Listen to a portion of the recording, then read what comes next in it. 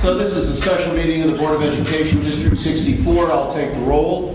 Eastman 2. Here. Mark is not present. Rick Biaggi. Here. Tony Borelli is here. Tom Sotos.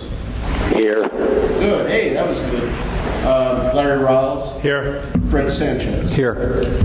In continuation of the discussion surrounding student activity and behavior, the board is asked to go into closed session for Illinois Compiled Statute 122C1, which is discussion regarding legal counsel, 122C9, discussion regarding student issues, and 122C10, placement of a student. I'm making the motion and pursuant to the exceptions above to discuss individual student matters for board background information. Is there a second? Second. Thank you. We'll need a voice vote, so starting with Fred. Yes. Yes. Tom? Yes. Yes. No. Yes. By consensus, we're going into closed. Everybody back? Boy, that's loud. Just like that. Okay, we are back now at a special meeting of the Board of Education. Today's August 17th. The board has been in closed session for some time discussing several issues, the least of which is filed with Illinois Compiled Statute 122C10, student discipline and individual student matters. We also were under 122C1, legal discussion with our legal firm. And we were pretty much talking about some of the events that occurred on Monday to follow up on that discussion, to try and bring closure and information to the public. I'll be making a statement on that in a little while, as the main reason for tonight was to provide some closure from Monday, but to also discuss in open fashion what the board can do going forward to provide information to the community, in what capacity we can provide information to community in a more understanding position. Certainly the board understands the consternation and concerns of the community, and we are constrained by some regulations. And the board tonight tried to understand those regulations further as a means to try and find a way that we can still get more information out to the community. And before we go into that discussion, as we start off with all of our meetings, we'll do the Pledge of Allegiance, followed by public comments. So Larry? I pledge allegiance to the flag of the United States of America and to the republic for which it stands, one nation, under God, indivisible, with liberty and justice for all.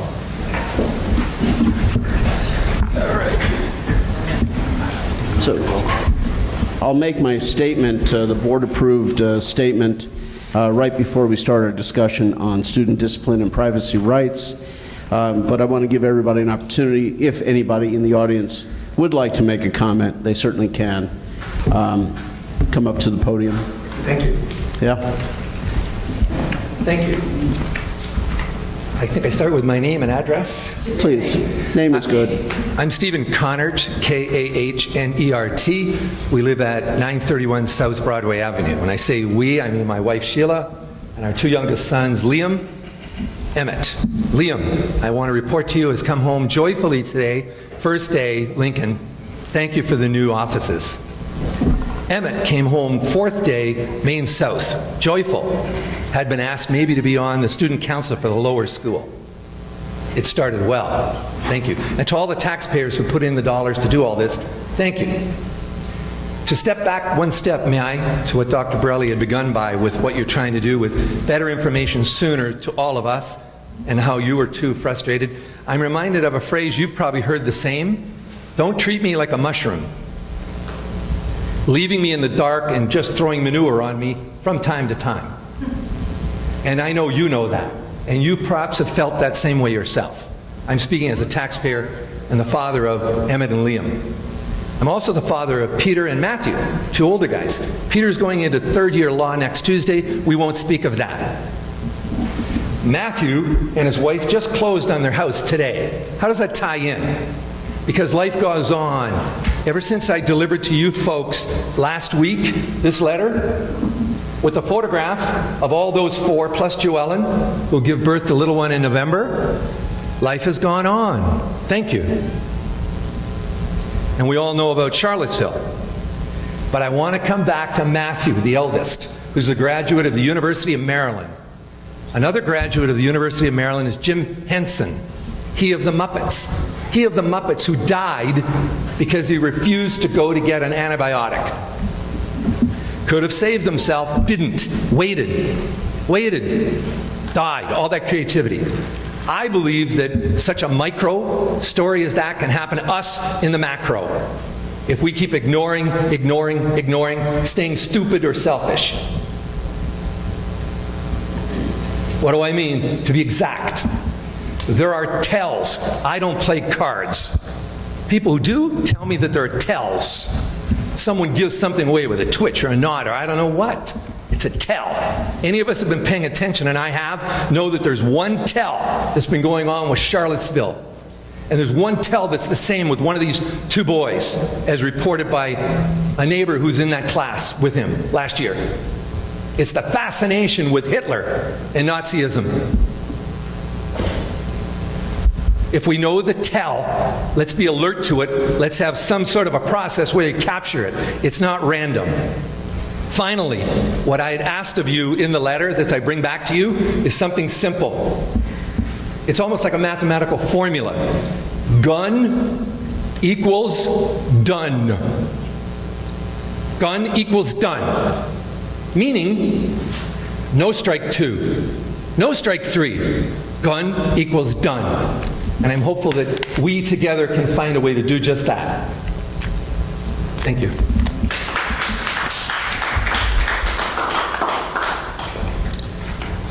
Not seeing anybody else, we'll move right into the remainder of our agenda. And I'll take the opportunity now of reading this short release that the board spoke about providing folks today to provide a little bit more information, a little bit more closure. Please understand that this is still, we're speaking about a student. We're still constrained under regulations. We can't speak as freely as we would like, but please understand that we certainly are doing our best. Today was the first day of school, and thankfully it passed peacefully and safely. I know from Monday's meeting, members of the community have questions as to how this process was conducted. District has been consistent in saying that the board takes student discipline and incidents involving guns in particular very seriously. We have followed current board policy 7:190 to the letter.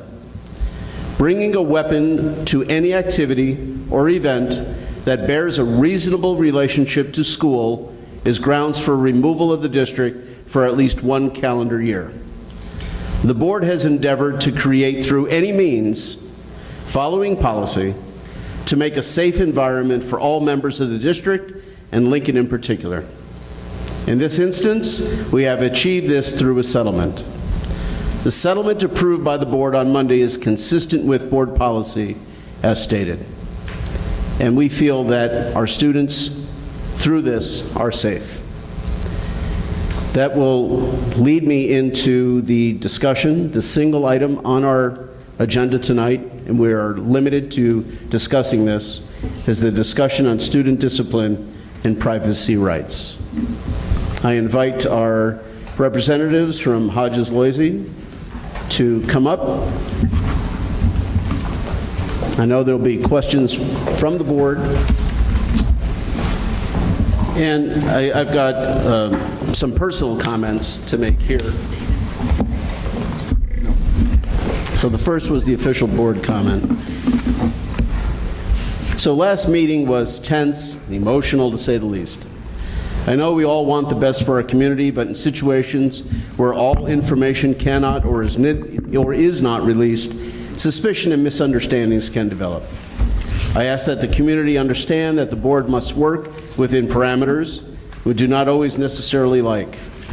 Tonight's meeting, the board will itself discuss and understand the reasons why or why not communication cannot be more forthright, and importantly, how we can assure the community that all children will be protected to the highest level allowed. I ask that the public have faith that the board will seek to perform the correct action. As long as I've been on the board, I feel that in issues of finance, curriculum, and student safety, the board has delivered what was expected and what was promised. As we go into this discussion tonight, I fully expect the board to behave like adults, express respect and understanding toward others present at this meeting and each other. My goals for this meeting are to consider the comments from the public and the board at Monday's meeting and arrive at conclusions as to how the district can better communicate about issues that raise parental concern at the building level and at the district level. Further, what, if any, actions the board needs to take beyond my comments to resolve the current issue. I'd like to quickly point out and clarify some public comments made on Monday. When consideration of secure vestibules was made almost 3 years ago, there was considerable and long-lasting board discussion on the merits and pros and cons of expending the money for that project. It's been long recognized that anyone could gain entry to our buildings and that safety was essentially non-existent, significantly compromised. It's pointed out by our consultants and experts in the field that not all scenarios can be accounted for. If someone wanted to seriously get in, or if a student carried something into the building, there's no way short of a full-time police presence or metal detectors and body searches that could stop that level of activity. The idea behind a vestibule is to slow an intrusion and provide time for the police to arrive. Further, it regulates and controls the access to the building. Not completely believing that vestibules can control the flow of entry, the board commissioned a study and found that all buildings were entered, inspectors had free access, showing pictures of boiler rooms, classrooms, etc. to the board. This was all in open session. The only building where entrance could not be obtained was the one building, Washington, that had the secure vestibules. Coupled with a district security plan, training, and repercussions for those who break security regulations, the vestibules provide a layer of security against most intrusion, but will not and cannot stop clandestine, nefarious activity. I also heard the words Columbine and Sandy Hook. That type of forced entry and ancillary door entry and activity is actually what the vestibules are for. We hope to avoid that issue with the construction of the vestibules. I also heard discussion about new policy and procedures to be put into place after this episode. I'd like to remind everyone that the present concerning activity was off district property, not during a school activity, and when school was not in session. And I quoted previously existing board policy that strongly prohibits the type of activity that we're dealing with, in particular weapons. This event might have well occurred at the library or at the local ice cream shop. We have policy that regulates the conduct of our students while under the care of the district. While the state of Illinois will not allow a zero-tolerance policy to any issue, the district still can take a strong stance, including expulsion against any misbehavior.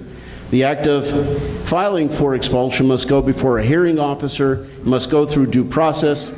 Recommendation that comes back may be against expulsion, and while the board may reverse that decision and vote for that, legal action can be brought forth to appeal and potentially reverse the decision. In other words, it's not always automatic as much as we or the community would like it to be. Finally, a settlement can be considered an agreement. It's a legal understanding towards resolution. Resolution was achieved in this situation that has provided relief from the circumstance.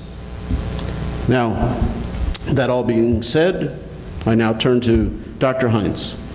We have asked Haji Louisi, Tony Louisi, and Michelle Todd to be here tonight to help us decide moving forward what it is that we can and cannot say. They have been guiding us, as I said, through this whole process.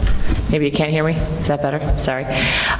We have had the attorneys here guiding us through, and really just taking a conservative approach to communication, because there are state and federal, as you've all heard, guidelines that we've tried to stay within. We want to see through conversation tonight if we can expand in any way how we communicate while keeping us within that safety box that our attorneys like to keep us in. So I'm going to turn it over to both of you. Should I start? Yeah. So this is more educational. Yeah, we're going to start with some general statements about Yes. the landscape of the law, and then I imagine you guys will jump in Yes. with questions, hypotheticals that we can try to answer for you. Good. Please do. So I just want to give a very brief general overview of student confidentiality. There are several laws and a bunch of regulations, as you can imagine, that define what can be disclosed when it comes to student record and student record information, and what cannot be disclosed unless we as a school district have signed parental consent to do so. So when we talk about student records, typically what we would think of is an actual physical document, right? A letter, a notice, a piece of homework. But when you look at the definition of student record under both state and federal law, it includes also what's called student record information. So anything that we would glean from that written document and share orally is also protected by both state and federal law. And that's an important point to make. When we look at the definition of student record under both the Illinois School Student Records Act and then FERPA, the federal law, which applies to privacy rights for students, a student record is defined as any student record or information that personally identifies a student. And as you can imagine, that is an extremely broad definition. It can include anything from email correspondence to voice messages to what we would also always assume is a student record, what is in the student's file itself. And again, that would also include all student discipline information and any information related to the disciplinary process. So that's the general overview when it comes to what is a student record. When we look at disclosure, the law assumes that we, except for very limited circumstances, must have written parental consent to disclose both records and student record information. If we do not have written parental consent, except in very limited circumstances, the district could violate both the Illinois School Student Records Act and FERPA under federal law. And what attaches to that potentially are civil litigation. So any parent or student would have the right then to file a lawsuit against the school district for that disclosure. And then the state law also includes criminal penalties for disclosure without consent, except in those very, very limited circumstances. Any questions on that?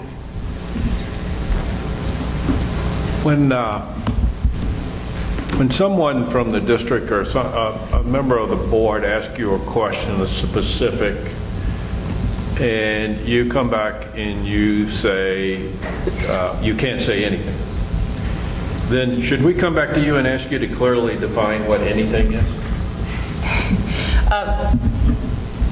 In response to, in your hypothetical, if you were to ask our office, can we disclose this piece of student information? And the response you receive is, you can't, it's best not to just publicly discuss this particular situation. It's always within, your prerogative to come back and ask, is there a way that we can look at this a little bit differently? But again, it's all about looking at your risk exposure for disclosing information that may violate student privacy. And Michelle, would you say throughout the course of this time, these 6 weeks or so that we've been working on this, that we've had a number, 10, 15, maybe 20 conversations about just that point? In terms of what, are you sure we can't say more? Are you sure we can't broaden? I'm getting beat up in the community deserves to know, they're concerned. I would say that is a very accurate statement, and that we had many conversations throughout this process, because this board and this administration have wanted to share with the community and put the community at ease. Okay, can I ask you to clarify who "we" is? I'm sorry, how did I use "we"? You said we being you and Dr. Heights, we being you and District 64, we being you and the board, you and the president of the board. Who's we? Since this situation started in the beginning of July, there have been conversations at the board level in our office, and since that time, conversations between myself and the administration, including Dr. Hines. And then the ongoing discussion between you two in tentative agreement or side agreement then is not discussed with the board until we actually show up on it. And how do we close this loop? Where We the board agreed. is clearly informed of what's going on step by step. When the board packet goes out, that any ancillary documents, such as a settlement agreement, would be posted on your internal wiki. Guys, I think what we're trying to do here is figure out to make sure that this loop is closed. We all know what you know, and we know what you know, and at what point then do we close the loop with the public? Where do we go from this loop to that loop? When working on any sort of settlement, especially those involving a student matter that must remain confidential for most purposes. Unfortunately, as a board, I don't think you would prefer this. You have meetings every so often based on your schedule, based on the calendar that you put out. So typically our process in working on a student matter that requires discussion and requires potentially a settlement or further action is that we as our office receive direction from you. We then go proceed with that directive or that direction, and then report back to you on whether we were able to achieve that directive. Yeah, but and just to add to that though, but that's general practice. Every board and every community is different. And if you guys are examining a situation where you don't think that model fits, we're here to work with you on finding a model that does. Now, we are going to be, as we said earlier, very conservative usually, but you are well within your rights to press us, and we will be creative and we will work with you. But like I tell every board, not every board is the same. Different interests, different communities, different needs, and I often encourage boards to explore that because it's not cookie cutter. You guys should really be working with your community, working with your administration to find out what works for you within the confines, obviously, of the law. So is it fair to say, sorry, Rick, but is it fair to say that the board communicated to you its wish to follow policy 7130? 190, I'm sorry. Correct. Yes. Rick? My question was just to the relationship between council and the board. It's my understanding that ultimately you're the board's attorney. And ultimately, we have say in our conversations with you, and if we need to call an emergency meeting to have those conversations, I mean, sometimes the conduit is the superintendent, but more so it should be direct with the board. Is that a normal situation that you experience with other school boards? The entity that we represent is the Board of Education. Now, usually in most school districts, the people that we're dealing with, mostly on the day-to-day basis, is the administration. But at the end of the day, we represent the 7 of you as a group. None of you individually, the 7 of you as a group. And what you need to do if you want to expand out of what would be the best practice or what the Illinois Association of School Boards is saying for your communications with attorneys and how we interact, again, look at your policies, and if it doesn't fit, then change it so that it meets your interests. And right now you do have a policy, we've talked about this before, of who can engage legal counsel and who can't. If that wants to be expanded or changed or modified, that is certainly in your prerogative, and we would work with you on that. Well, and it would be your opinion that we wouldn't necessarily have to modify that policy if it was the board's will to just simply have you present, Oh, definitely. No, that wouldn't require any That would modification not. of your policy. Yeah, no. Because we're not talking about necessarily having the offline conversations, but at every board meeting. Yeah, like I said, we represent close to 200 school districts in Illinois. They all view how representation is differently, and there are school districts that say, listen, Mr. Louisi or Ms. Todd, we want one of you at every one of our board meetings. I do have clients where I attend every board meeting, Yeah. and that is their particular... Say that again? I do have clients where I attend every school board meeting. As do I. So, and again, it really just comes down to your preference. And I do want to add to this, because of cost, right? We try to be very sensitive Yeah, and of we- the fees that you're spending. Right, and we would work, if in the districts that we do that, what we do is we work on your retainer. We don't think it's fair that you'd be paying the normal hourly rates for us to show up at a regular meeting like that. So what we do is we work in the retainer and get you a significantly lower rate to have that kind of service. I think it'd be prudent, on Monday night, and it's not a loaded question because we did discuss this in closed, and I think perhaps folks should be aware of it. There was a lot of consternation over the fact that legal was not present on Monday night, and it was obviously apparent, and folks made much notice of it. And I'm not going to, I'd like your side of it, and I can provide an answer, but I think we've discussed it, and I think folks need to know why we didn't have legal representation there Monday night. So if you care to share some of those thoughts. Well, the answer to that is that the past practice, the policy for working with District 64, which has been the case for over 5 years, is that when we're asked to be here, we're here, and we've never missed a meeting. I personally, and as my partner, has strived, especially for this district, to actually be at the beck and call. But we do all understand that this was a very serious matter, and we could have pushed a little bit harder. I'm going to admit that. But at the end of the day, had you asked, we would have been here.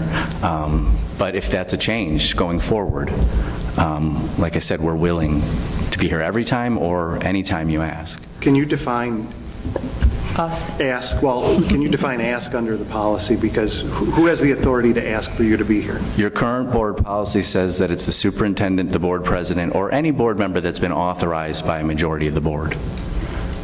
So if, just for, And the reason that that policy is in place, you got to imagine with 7 of you, sometimes on boards with very differing views and opinions, if we were to just let all 7 board members call our firm at any time, number one, that could get really expensive.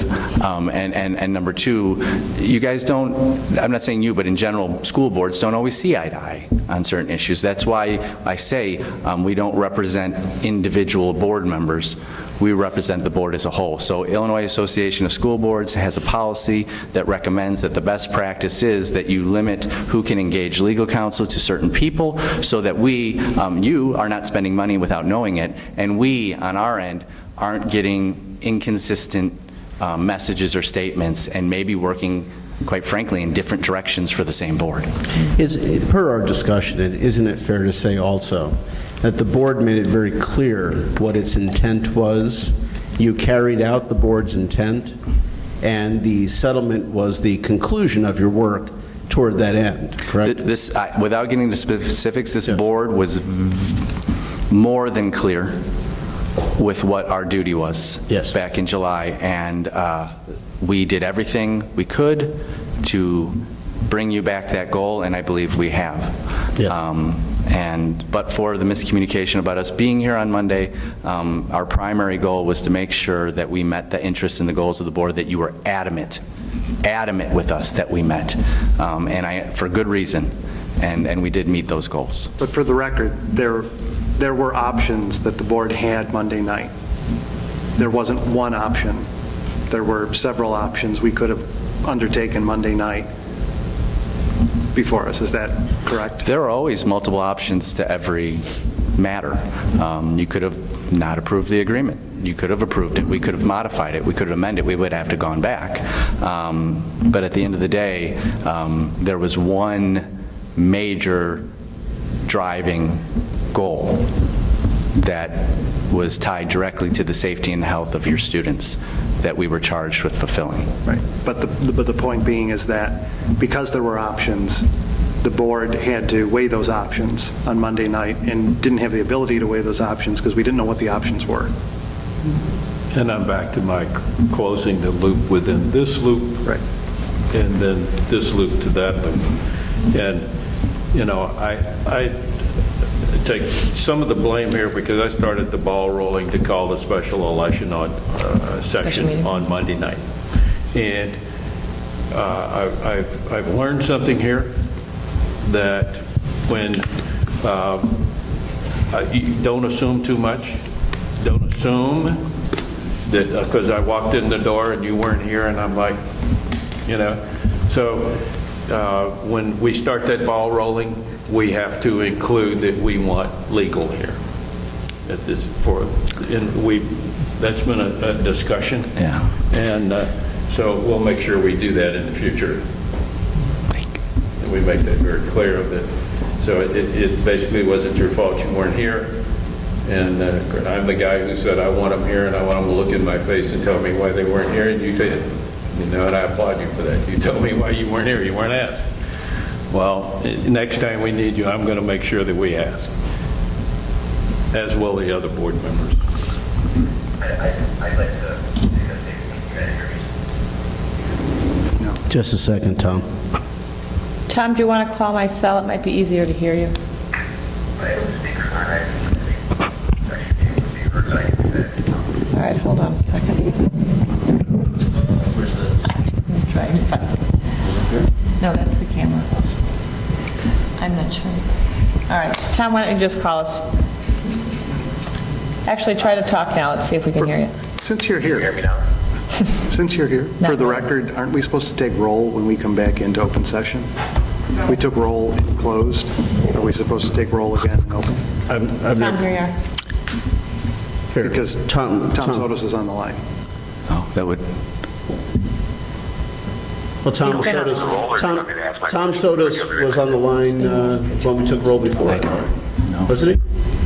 Yeah, he has. beginning. Wasn't it? Tom, you were on line when we took roll first, right? Lillian, Yeah. you took notes. Yes, well, we took roll before we went into closed. Yes, Right. it was.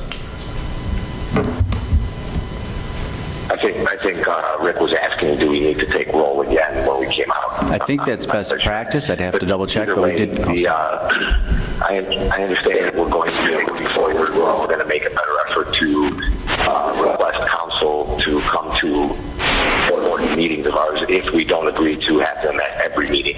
Well, I also would like to ask council to make any effort to advise us whether they feel it's necessary for their presence to be if we haven't asked for it. And our attorneys, you may know more than us, and it would be helpful to me at least to know that I can rely on you to say, hey, you didn't ask for us, but we think you need us there. Why don't you guys consider that and let us know if you want us there. Excellent. And I will take full responsibility for that. While we weren't asked, I had been working on this matter. I did not volunteer to attend, and I very much wish that I had been. So I would take full responsibility.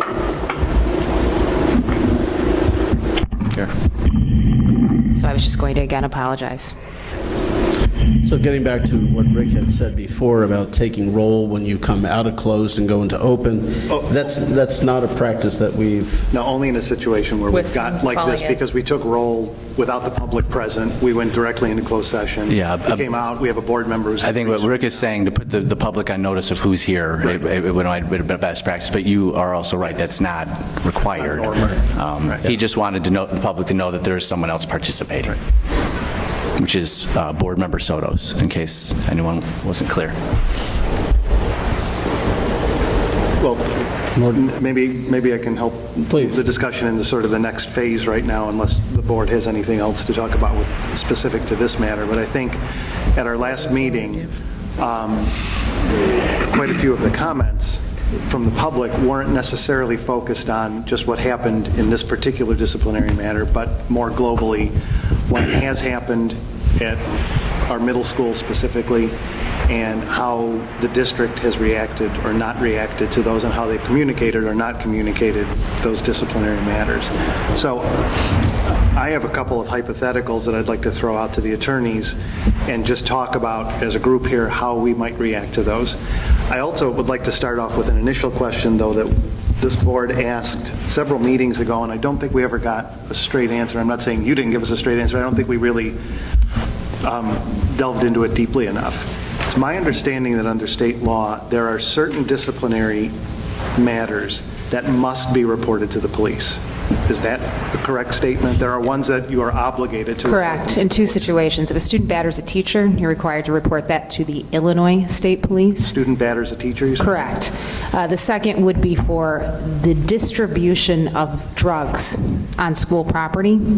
And I believe the law discusses cannabis, and I don't remember the other illegal substances, but it's related to the intent to deliver or distribute on school property. Those offenses must be reported to both the superintendent and to the police within 48 hours. So only drugs, not alcohol? Correct. Correct, under the law. Now, as you all know, anything can be reported to the police, We have our depending on the nature of the misconduct. But an affirmative obligation, there's Correct. those two situations. Correct. So for instance, if there was alcohol at the school, if a student brought alcohol to the school, the board, the district does not have an affirmative obligation to report it to the police. They can report it. They can, yes, but those are the two situations that the obligation Okay, is, so- it's required. And if a student is caught with cannabis, not of the quantity that would be an intent to distribute or deliver, but simply personal quantity, that's not an affirmative obligation. No, but again, I mean, some boards take if this is criminal, Right. if this activity is criminal in nature, we will call the police. But under the school code itself, the school code specifically speaks to these two incidents as requiring administrators to report to the police. Yeah. So you anticipated my next question, which is, does this board have policy, or should this board have policy, with respect to activities that students engage in that are illegal, and whether or not we affirmatively are obligated or should be obligated to report to the police? So for instance, if a kid walks in with alcohol, that's clearly illegal because they're under the age of 21. Should this board, or does this board have a policy that says we absolutely must report that to the police? I believe the answer is we don't have a policy that says Yeah, I was going to must. say, I don't We believe you can. do. And every districts struggle with that question. Every district is different. I Go think ahead. I asked Yeah. you the question. Right here, I asked you yeah. to make us a list. Right. Yeah, You said and- you were going to make us a list, you were going to bring us the list, And those are the two, she just cited the list, yeah. but whether you're 6 or 60, and you break a federal law, a state law, a city law, then we could actually sit down as a board and we could make our own list of what we Yeah. want to send to the police department. Yeah, no, districts do that. Go ahead. No, with SROs, typically, when you involve a school resource officer in your buildings and those sorts of offenses, you work in collaboration with your local police department that way. So an SRO will likely, take it back and say either the police department's going to do something about this or they're not.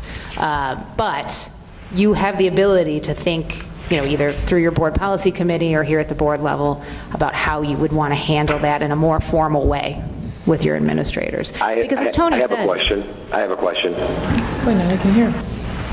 Go ahead, Tom. Can you hear me? Yeah. Can we as a board inform the residents of an incident that is of an illegal activity? Yes, without identifying the specific students. There are a lot of districts that when there's an incident at school, a drug incident, a weapon incident, a sexting, you guys know that, right? That's a very that they do it in different ways, but usually the intent is to say, listen, at the school we had an incident, and it involved a weapon, it involved drugs, it involved alcohol. We're encouraging you to be aware of this, talk to your children about it. It's almost like a teachable moment. It's to both notify the public of what's going on in the school, but at the same time, to just trigger parents to go, you know what, talk to your son or daughter about these issues, because they're real and we had a problem. An incident of a bunch of students cheating would be another good incident. We've seen that where we say, hey, we've had this happen at a school, and we are dealing with it. We can't get into specifics, but please talk to your son and daughter. Social media issues, another So this one. could be no different than a notice about lice. This happened in your child's Right, grade? right. That is a good example, yes. And if we wanted to go further and identify the child, the only real legal means to do that would be to report them to the police and then let the public get the information via the police blotter. They wouldn't. They would, because they're They minors. wouldn't because it's a minor. Yeah, they're minors. So, which brings me to another subject. Well, wait, before we go on Finish this. to that, I just want to ask, so in your experience in other districts, do those districts have board policy that states basically, in this case, in any instance involving any type of illegal activity, conduct, that a child engages on school property, that the district will make a statement to the parents about alcohol, about drugs, about sexting, about any of these things that we've talked about? I don't have districts that have that in policy. Is that practice? It's more of a practice. So if something happens in the community, if something happens at school, there's an email blast sent out immediately that, there was an incident, there was a fight at a football game. But doesn't lack of policy then lead to being carried out sort of randomly at that point? One principal decides to send it to the parents, and the next principal It's doesn't usually, to the school? when the districts that do it, and it's not common, but the districts that do it, it is not in board policy. There's usually administrative procedures to attach to a board policy. So your board policy would be much more general. But then there'd be an administrative procedure. Sometimes it's a communication plan. But there are districts that have strict, again, not a lot of them, I have to admit, but there are that have strict, and usually a lot of times it is the high school districts, because you will get a lot more of these issues in the high school districts. So that's coming. Are there any districts that have policy where board members need, or the board needs to be advised of all illegal activity, so that maybe potentially the board can then give their advice to administration as to how to proceed in getting information out? Since you're saying that most don't have the policy, but they have the best practice to do so, and then Rick brought up, well, that might leave too much gray area on whether one principal does or doesn't. Is there any boards out there that have a policy where the board needs to be aware of any legal activity in any school, within a reasonable period of time? There's nothing that precludes you from having language in your policy that says that, but as a practical matter, you as a board receive notice of all suspensions and expulsions. So that's sort of your... That's expulsions. And Tom, I'm talking about an incident where, there's a kid brings alcohol to school. Us as a board may not get that information. Yeah, no, that is a district, sorry. That's a district by district decision. You can understand, it's like, for example, Chicago Public Schools, okay? I'm assuming they don't have a policy like that because of their mere size. And maybe smaller districts, smaller towns, obviously the board a lot of times in those districts knows about things even before the administration knows about it. So it's a function of who you are, but you certainly could have, the district that I worked at for a while had a procedure that said, here are the major categories, and here's what we're going to do with these categories. Some of them required calling the police. Some of them were notification all the way up to the board and the superintendent, so that our administrators at the two high schools that I was working with knew, okay, we have this, go to the matrix, this who needs to be notified, this is when we're calling the police. Again, that was a high school district. I mean, I think this is the biggest issue that I've heard the public talk about, and I know in my own experience, I know more what's going on at Lincoln Middle School as a result of having children there than what I've heard as a board member, as a vice president of this board. I know less as a board member. And that's... Which is why I brought up the issue of board members no, that's because my knowing, kids come home and tell me what goes on at kind school. of in the same just like every boat. other parent in this room right now. And I don't hear it from the administration. What That's is infuriating to me. What is really hard, you can have these guidelines, you can have these procedures, but obviously, you're never going to be able to contemplate every possible thing that could happen. So all of them have to be usually assessed on a case-by-case basis. And just to go about to the question about calling police, and every district is the same. This is not my opinion. I'm just telling you, in our experience of, again, representing close to 200 school districts, the debate that goes back and forth about involving law enforcement and minors it's a policy issue. Are we going to deal with it in-house? Or are we going to subject a 10, 11, or 12-year-old to the criminal justice system? And what will that do for the future of that young lady or that young man? And it's a thing districts struggle with. Well, back to my point a while ago, you talked about SROs. And I've been talking about having police officers part-time in the middle schools in Park Ridge. It's never been done before. But I think we're at a point where we could serve several purposes if we do that. Public relations with the officers, conversations or mixing with a police officer on the playgrounds or in the schools.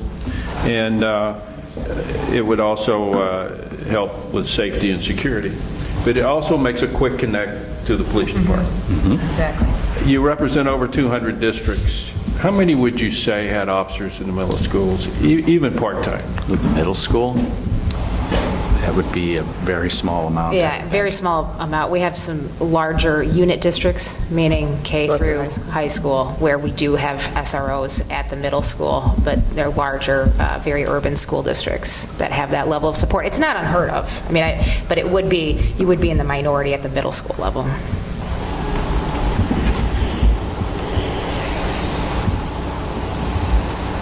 But again, every community is different. Yeah. And it's every really about community what has their you different need. interests. And I will say, back to Tony Luizi's point on, calling the cops or not calling the cops, I do just want to remind everybody about the most recent overhaul of student discipline in the state of Illinois under Senate Bill 100, which has now been law for about a year, which really the impetus of Senate Bill 100 was to keep kids in school and out of the juvenile detention system. So, we're working under that framework and that dynamic as well right now, which is, as far as the legislature was concerned, we don't want to see students continually excluded and then end up in jail, essentially. We don't want school districts to become a pipeline to jail. So when we talk about that and calling police and when to call and when not to, I think it's really just up for a really good discussion and when you want that call to be made and whether you want to make that at the board level or delegate that to your administrators. I mean, I'd say most of the time I see that sort of support or those decisions delegated to your administration. But it's obviously the topic you can discuss and how you want to break that down, when we call and when we don't.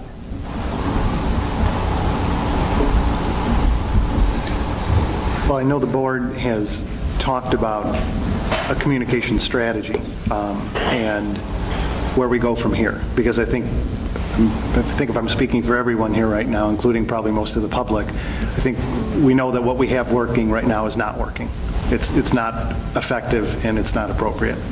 And we need to move this forward in some way. And I think some of the ideas that the board has been discussing with our council is engaging an outside communications firm to help with that and to come up with an actual communication strategy that would lay out in most big sort of bucket scenarios how we deal with communication and what we do say or don't say or can't say, we should say, in those situations. So can you walk us through with what you see at other districts and how they handle that?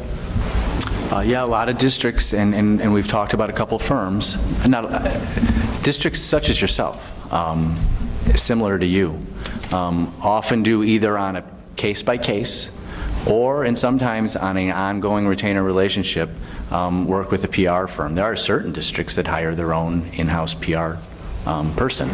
The district that my wife is going to be working at, Barrington 220, has their own internal PR person that has a background in communications. That's the degree.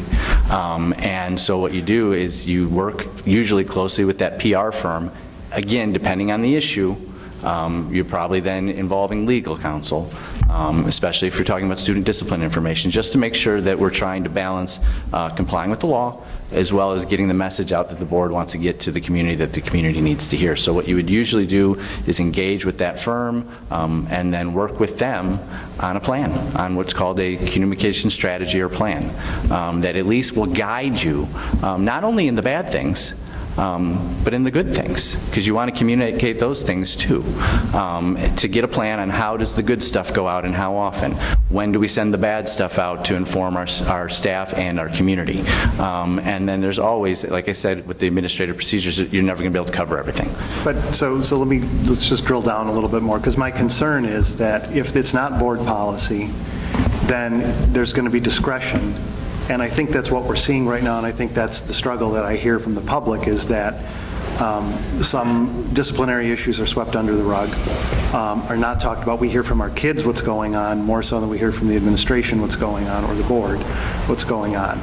But it seems to me that if the communication strategy is set at a board level, then there is no discretion, because it's laid out specifically on what you have to say. So if a kid brings alcohol to school, and only because it was vodka and not scotch, then, I'm making that up. Yeah, but there are, you're right, there are. Then, there's no discretion. You disclose it one way or the other. Let me ask you this. Is there any reason why we couldn't create a policy that would direct our efforts in this versus having it as a practice? No. Is there any pros and cons to either way? I mean, the con is always if you have a situation which then you would have to violate your policy, right? So you set a policy on a chain of communication. You decide for a particular situation that communication plan doesn't meet your needs in that instance. So that's the con, if you want to call it that. But it all comes down to still student records and student privacy still trumps anything. Correct. So whatever you say still has to be said in such a way that the student involved is always protected. I think to Mr. Biaggi's point, it's more of just that process, not what is going to be said, right, but how, when a specific incident occurs, who needs to know? Right, and how do we get that information to the community? But you're exactly right. And the law is always going to trump what you have in that policy. And it needs to be a point about schematic of some kind. Right. Of when this happens, there's an immediate notification to the board. Right. Exactly. And then maybe even we immediately call a special meeting. Right. Yeah, there's usually three major components to getting the message out, right? How soon is it going to go out? Who is going to know first and when? And then, after all that, how are we going to push it out? Website, instant contact or alert, something in the backpack on the way home. Was it last year or year before last, you guys had a communications consultant come Last year. in? Right. Last year. Yeah. And I've read his report, and I happened to be here that night, but I don't think there was anything in there about communicating between the district and the board. It was more between the district and the public. The community. Right. That's true. Yeah, but they can help you in all of those avenues. Now, the issue you're talking about between the administration and the board, that's board governance. That's deciding what this board needs, what that board wants, and then effectively communicating to the administration so that you're all on the same page and you make sure to go out. But the communication firms will help you with that. Even with the board governance side of it, Yeah. the communication of the board governance. I'm leaning towards having something more de facto, something more concrete that helps guide us on a consistent basis going forward. Anybody feel similar? Absolutely, no two matters. Totally agree. Rick? Yeah, I totally agree. Yeah. And Mark? Yeah, Tom? that makes sense. Yeah, I agree. And Fred? Yes. Okay. So may I suggest to the superintendent that we start thinking about this communications plan for potential adoption as policy. And I'll reach out to you folks. There's got to be something similar in other districts. I don't want to reinvent the wheel.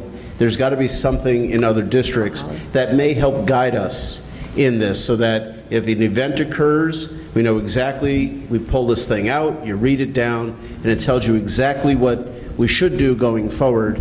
Now, what we do going forward is different from what we say going forward, because again, you still have the rights of the individual to consider. And that's why they look at it as part of the process. Exactly. Not only they, but how it gets said and what gets said. You go to a public relations firm or a wordsmithing firm or whomever those individuals would be, but that's who we would go to help craft what gets said. I'm also seeing the consensus of the board between what was said last Monday and what is said tonight, that increased communication to the board on these things, on student activity and undesirable events. And I know that, every year we get one report at the end, but I also agree with Rick. I mean, there's things that happen in the district that I'm not aware of, but parents are, because their children go home and tell them about it.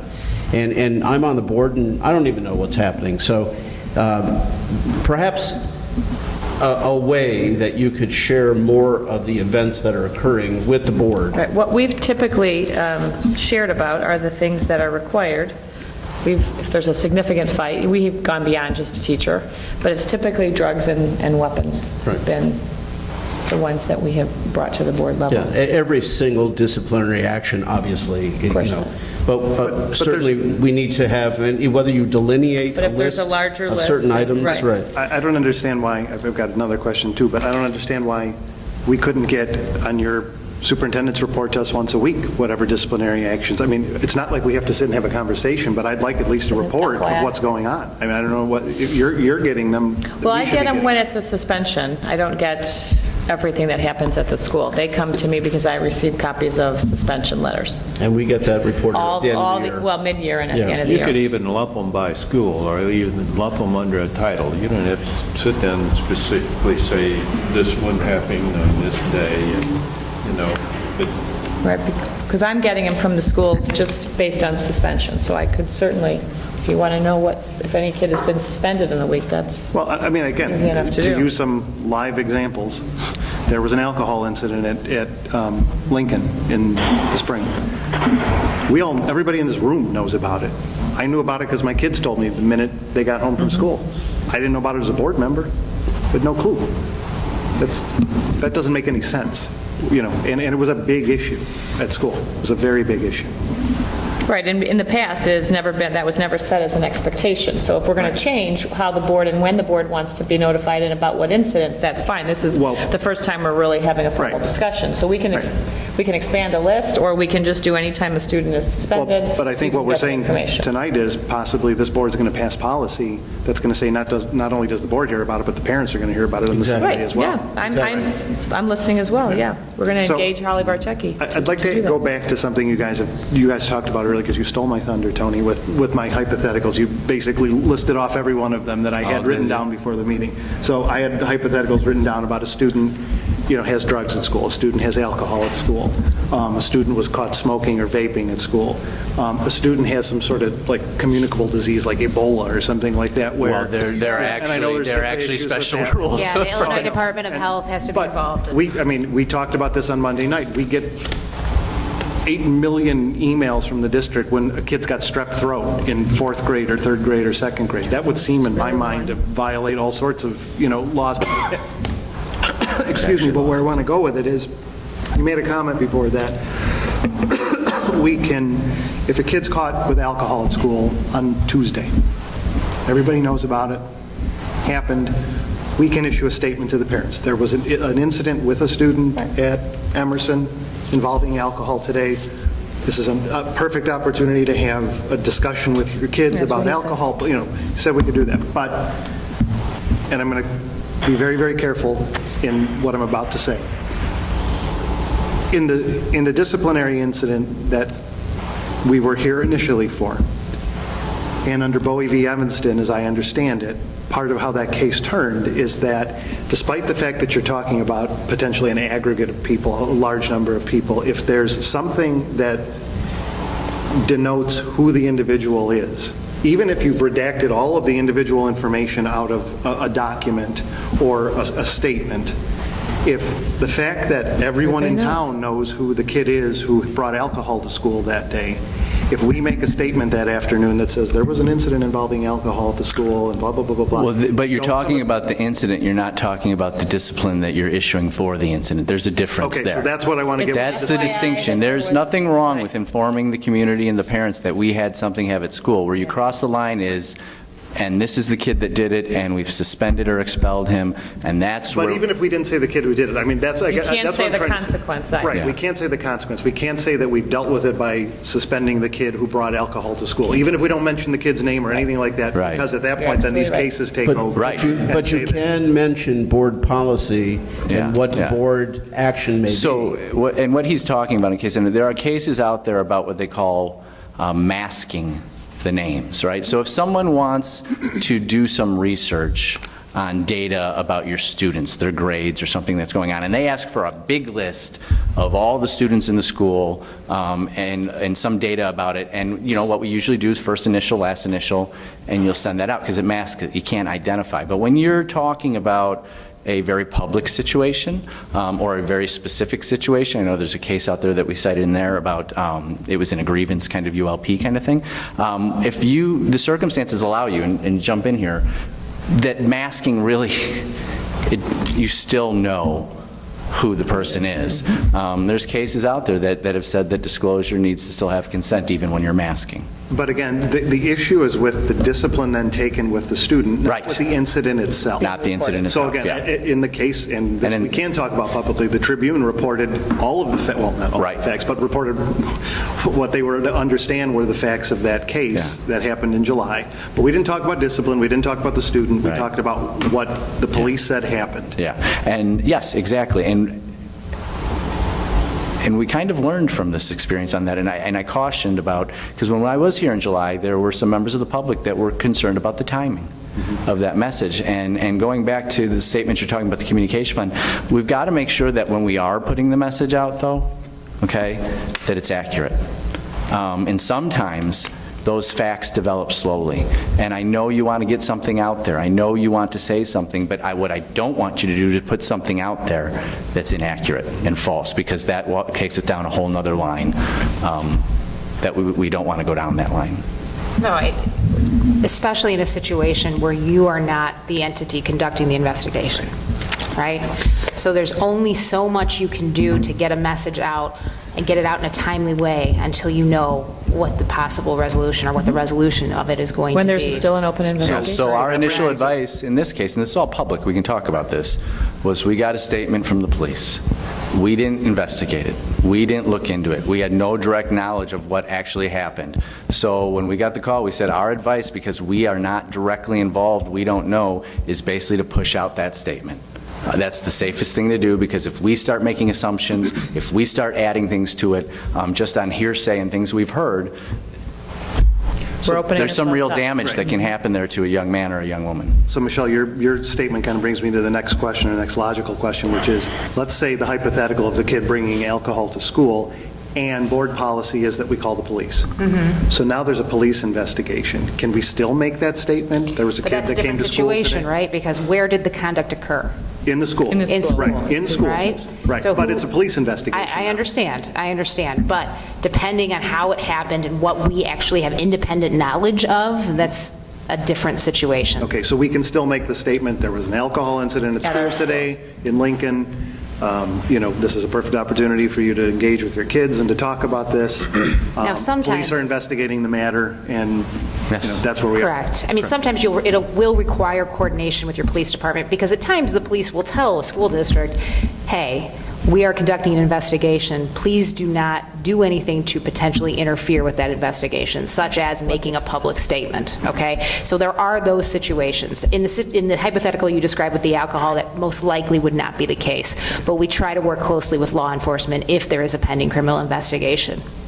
I'm But when there suspecting- is a criminal investigation, they don't want you communicating. No. Immediately. Their statement is the statement.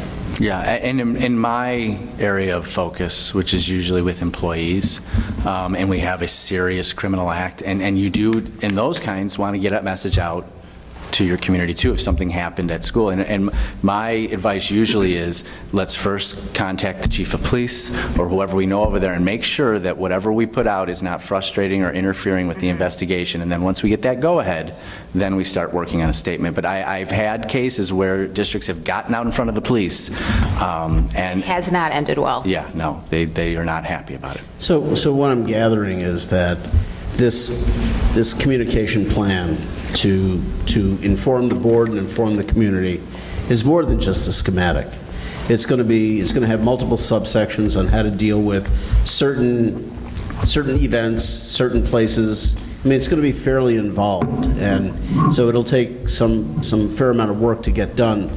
So again, you know, I look to you to not to have to reinvent the wheel. There's got to be some skeleton, some outline, some pieces that we could take and build upon. But again, the consensus of what I'm hearing from Monday and tonight is the information, more information to the board, more information to the community, and we can provide information to the board and, most importantly, to the community without, and staying within the parameters and guidelines of the state laws and all that other business. We can still toe the line, so to speak, and make the Attorney General happy, and yet make our community happy as well, make them feel secure and comfortable. So what can we do in the interim? Because I agree with everything that President Borelli just said. It's going to take a while to put this into place. We're not going to get it done in 2 weeks. You know, get a communication plan and work with the firm. So it sounds like there's consensus of this board that any conduct that's committed by a student that is objectively illegal, that we would communicate the behavior, not the discipline, but the behavior immediately, or, you know, within that day, to the parents of that particular school or maybe the entire district. Yeah, provided that we had a good grasp on the facts. Provided we had good grasp on the facts and it wasn't a fluid situation. Right. Exactly. Right. So is that something we can implement right now, tonight, going I forward? mean, I'll talk to my administrative team, and yeah. As a practice. As a Well, you practice, can give the- knowing yeah. that we're going Yes. to expand upon As a that. prelude to a policy. Yeah, right now, what you could do is give direction to the superintendent. Obviously, we can't take formal action on anything Right. tonight, but yes, you Right. can direct the superintendent to start to effectuate that interest.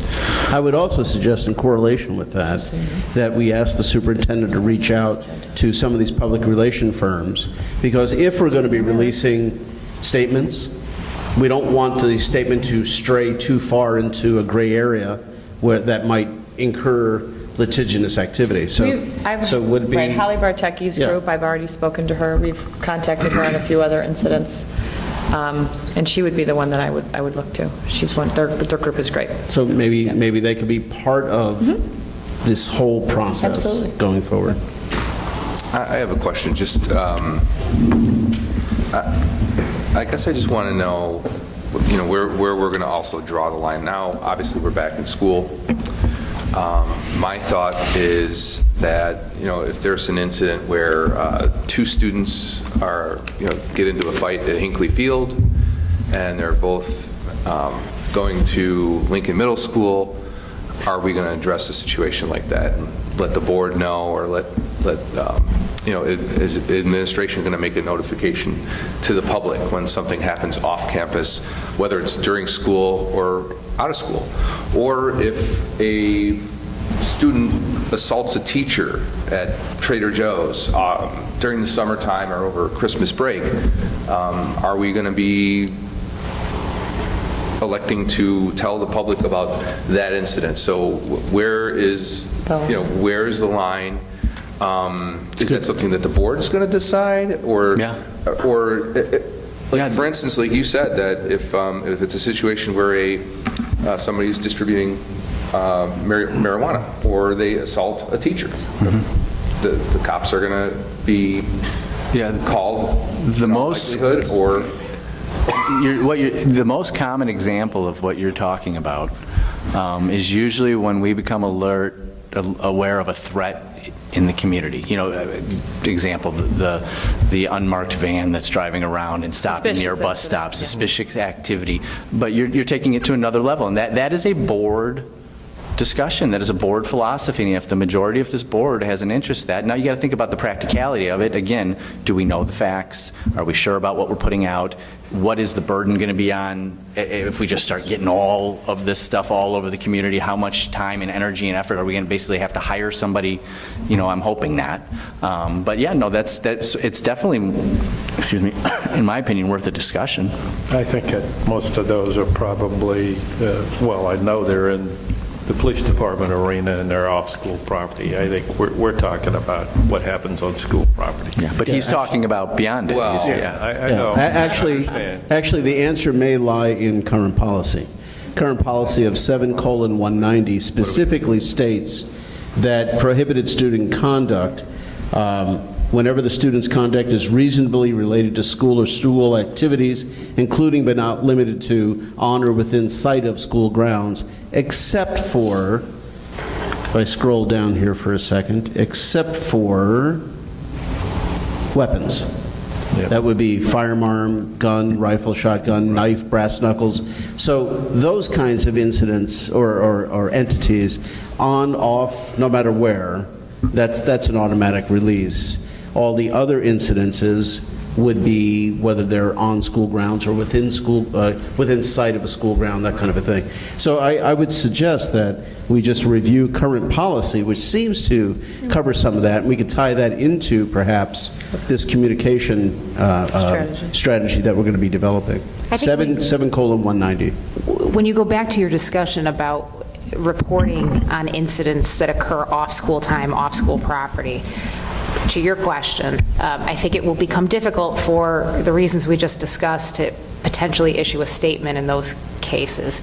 So I like President Borelli's idea of if we're looking at a weapon, we look to that sort of statement. Otherwise, again, when you're not leading the charge in the investigation, it's impossible at times to put together a coherent statement of facts to release to the community, and you endanger, well, there's a difficulty in that it may not be accurate, and that you don't want to be in that position. Yeah, I think because we have to distinguish between cases, I mean, play out my alcohol's hypothetical, so now we're talking about having to disclose that a kid, there's rumor that a kid had, a 12-year-old kid had alcohol off campus at the park. During the summer at the park. And he wasn't picked up by police, right? That there's just, kids saw him like that. I mean, we can't communicate. Well, and it that, also because is now tied we're back guessing to at facts. when you can discipline a student and when you can't, right? So when we look at off-campus misconduct, we look for that nexus, meaning is there that relationship between the conduct itself and the impact on the school environment? And, the alcohol at the park, well, you may decide in some situation that you want to issue a statement about that. We'd be extremely limited, most likely, in what we could do in terms of discipline here at the district. Right. Which actually makes the statement easier then, right? Because, although as long as we're sticking to the facts, but it makes the statement easier because there is no discipline that we can engage in necessarily. So do we have a direction in the short term here that at least we know what the communication is coming from the district up until the time at which we can actually put a formal policy and a communication strategy in place and engage a firm and go all through all of I think we're all agreed on moving forward in this idea, this practice, until it becomes policy. All right. So my goals have been met for tonight. I don't know if all goals have been met for everyone, but I want to know what and how we can communicate to parents of the buildings. I want to know what and how we can communicate to the district in generalities regarding issues that will come up. What are we going to do going forward? I think we've answered that by developing an idea about this communication strategy that will turn into a policy that makes it very clear. And Rick, take your idea, makes it concrete. No flexibility, makes it standardized.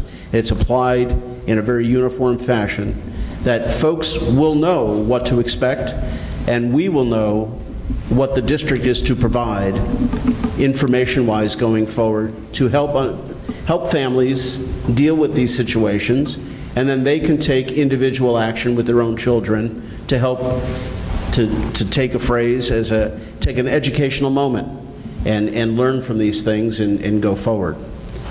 So these were my goals tonight. Any other comments or? Can I just anybody? ask a housekeeping question? So policy-wise, so this is going to be a policy at some point. It goes to the policy committee. Yes. The policy committee will, which is made up of Mr. Riles and Mr. Tu. Right. Well, I have an internal policy committee. Okay, so that was my- Procedurally, yeah. since you're new here. So we have policies that come from press that we review internally with my internal policy committee. There's a handful of principals, assistant principals, some of my assistant superintendents sit on it. Then we bring them to the policy committee. Larry and Eastman and I met the other day, and they had their first policy meeting with me. Then they'll come to the board, they'll make their changes, recommendations, it'll come to the board for a first read. We share it all out with you, we have conversations just like these, we make any revisions, it comes back to you the next board meeting, the next month.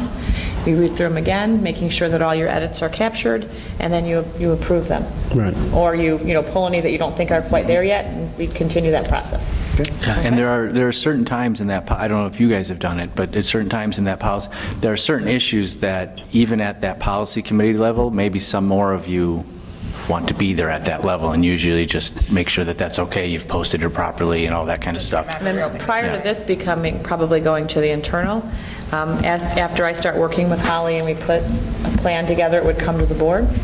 You guys would make sure it's hitting all your, checking on all your boxes, if you will, and then we'll move through the process. You know, my It's kind of thought- two things happening at once. My thought on creation of this policy would be that the policy committee kind of hunker down and do some of the work and think of the outline and try and grab pieces to kind of put it together. But for something for this formulation, I'd rather it actually come to the board in open session where not only the board in totality can discuss it, but folks can understand and hear for themselves where we're going with this piece. Only in the sense that our board policy committee is under the OMA laws, the Open Meetings Act. Right.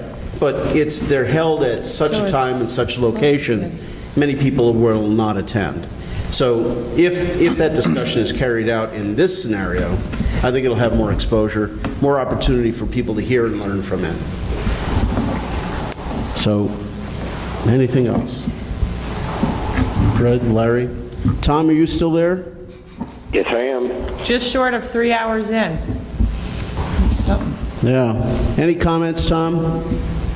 No, I think we captured pretty much everything that we were intending to capture tonight. Okay. Mark, Rick, anything else to add? Nothing for me. All right, well, I'd like to thank you both for being here tonight. Appreciate it. I think you've answered a ton of questions and concerns for the board and gives us a better springboard for moving forward. And that being said, thank you, Dr. Heinz. It's been a whirlwind couple of days, so is there a motion to adjourn the meeting? So moved. Is there a second? Second. All in favor? Yes. Any opposed? Aye. Thank you all for coming.